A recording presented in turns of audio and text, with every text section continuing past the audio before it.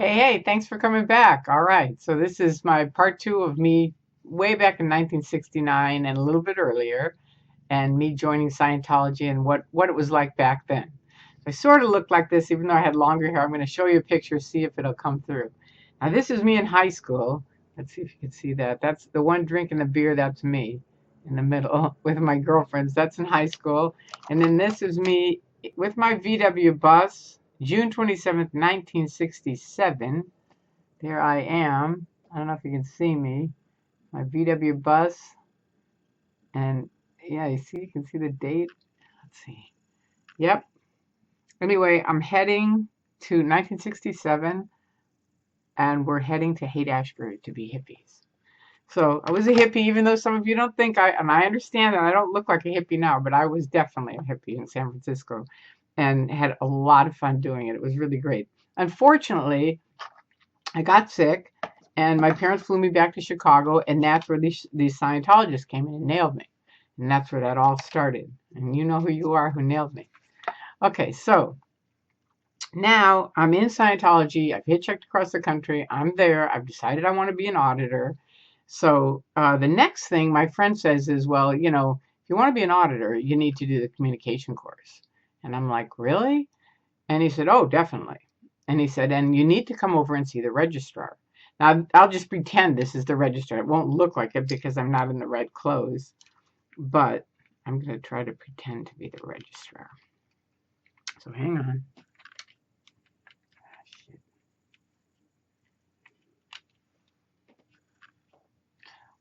Okay, so Tori, I'm glad that you showed up. Welcome to Scientology. It's very, very important. We care about you a lot. We're really happy you want to be an auditor. Now, there's two sides to the bridge. There's the auditing side, where you pay us and we'll counsel you and get you all the way up the bridge to total freedom. Or the other way is the training route, where you can train and you can co-audit, meaning you can audit someone and they can audit you. And you can do either way. You want to be an auditor, so we recommend the training route. And that's going to be, well, just start with the communication course. That won't be too much. That's $40. And so I'm like, hang on. Like, okay, that doesn't sound too bad. So I get out my money. I got my little thing and I pay him the $40. And now I'm routed onto the communication course. Now, remember, I've told you all about keeping Scientology working. It's the very first thing you have to do in every single course. And you have to twin with someone. So it's all this new stuff. You're like, wow, I got to have a twin and I got to do this KSW stuff. And everybody knows what they're doing, but I don't. So you feel like, man, I got to really catch up, right? Because it feels like everybody's like moving along. They're doing their thing. They're all genned in. They know what they're doing. And you're like, what's this? What's that? What's a twin? A twin is somebody that you are going to be working with, and the supervisor. And you have to be here on time. And if you're not, you have to go to ethics. And there's just all this stuff that gets powered into you like really fast. And you're like, okay, I'm working on it. It's like right away you're on this train that's going faster than you are. And you're like, okay, I'm catching up. Believe me, I am. So I'm going to have you with Mr. Anonymous because nobody was going to do TRs with me today. So I'll just do it with Mr. Anonymous. Here he is. Okay, so Mr. Anonymous, start. Okay, Flunk, you twitched. Start. Flunk, you moved. Start. Flunk, you moved. Start. This goes on and on and on, right? Until Mr. Anonymous can totally be there comfortably without any movement at all.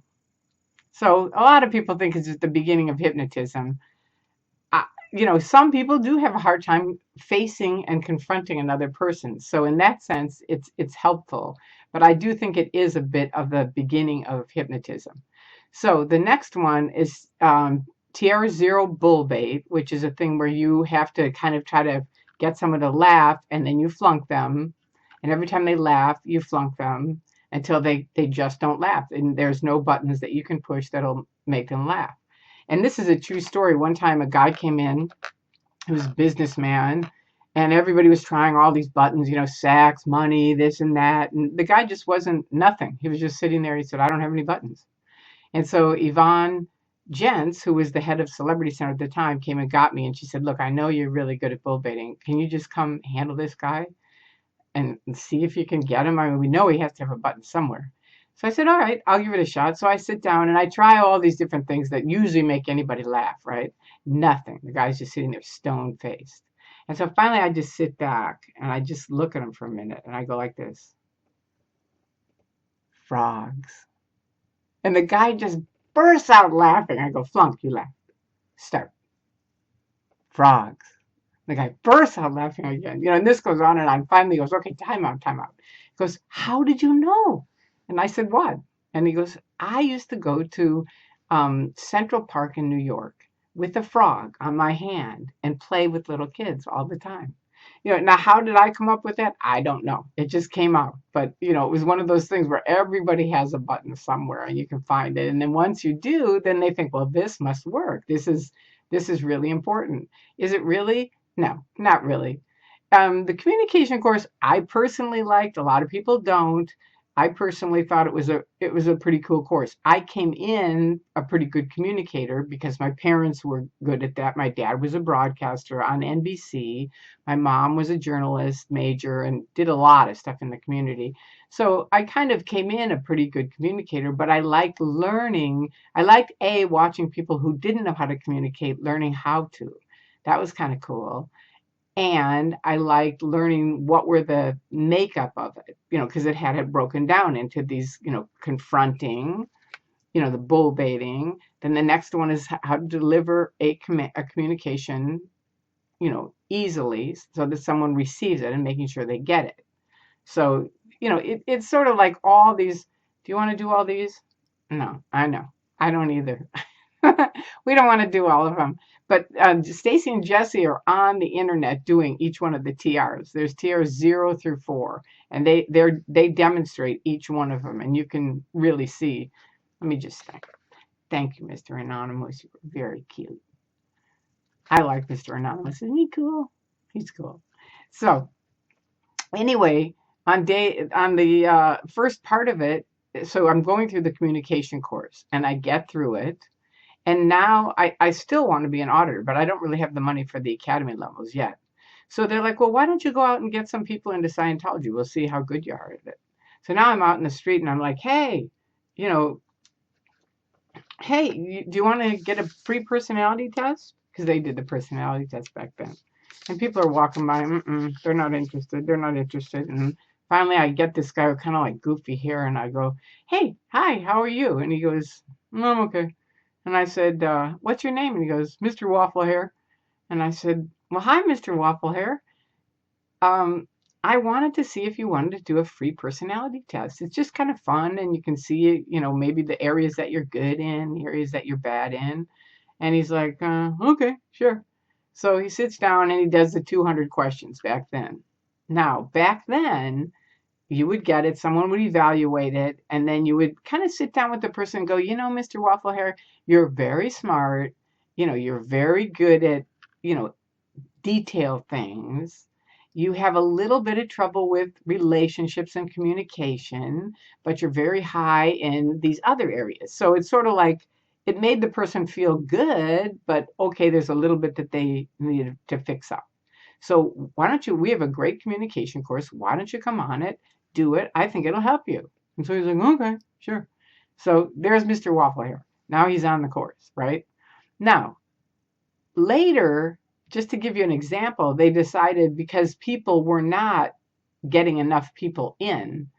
I think it was when Miscavige. I think it was when Miscavige took over, but he computerized everything. So now it would print out and people would just sit there and literally read. Scientologists would read, "Well, you're really not very smart and you can't do much. You can't get anything done. Nobody really likes you and you're all alone in a crowd. But there's a chance we can help you. Would you like to do the communication course?" And one by one, people would be like, "Fuck no," and they'd leave. They couldn't get anybody from that day on. When they used to do the personality test and it was a one-on-one thing, they had much better, but also they had the mission. See, back then, this is another thing I got to tell you, and then I'll go. But they had missions back then. A mission was like your house. Think of your house. It's cozy, it's friendly. You have some of your friends over, and you're going to show them how Dianetics works. That's what a mission was. Communication course, Dianetics, the little basic things, right? And people were like, "Wow, this is kind of fun." I mean, they get together with some people in their community. They do this stuff. They're having a pretty good time. Well, Miscavige came along and just 86'd all the missions, put them all underneath the church of Scientology. They were originally individual businesses, and they made so much money. Hubbard and Miscavige got pissed off. And Hubbard wanted some of the money from the missions, is what happened. And they had the Mission Holders Conference, which, if anyone was there, it was awful. And you can Google it, I think, Scientology Mission Holders Conference, but it was a nightmare. And basically, Miscavige announced everyone, first of all, you had to write up all of your overts. And then you had to agree to pay the church so much every single month. And it was just this huge, huge break in the church where people just went, no, we're not doing it. Mission holders these were the people that were bringing in all the new people for years and years and years. Because see, once they'd get enough up on the bridge, then they would say, okay, well, now you have to go over to the church. But now they were sort of genned in. So it was sort of like they were okay to go to the church. But now there isn't. They really don't have missions anymore. They might have a few, but nothing like they used to. And so they don't get new people in. So it's kind of like they just try at the top to keep revolving these guys around. And if you're one of them, please don't keep paying them.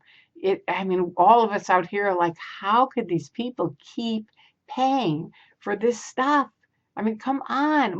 All the really good auditors are out here. All the good CSs are out here. A lot of your friends, way more than you can imagine, are out here. They're out here, and we're having a very good time. And you can do whatever you want, read whatever you want, talk to anybody you want. There aren't any restrictions like in the church. So why are you staying? Didn't you get into it because it was the bridge to total freedom? Well, it sure isn't the bridge to total freedom anymore, honey child. So it's time for you all to come on out. And if you're thinking about joining, keep doing research. Read, look, listen, learn both sides. Because we know that's the trump card. They can't say look at both sides because they know if you look at both sides, you're not going to go into Scientology. No way. So there you go. That's part 2 of my early days in Scientology. And I love you guys.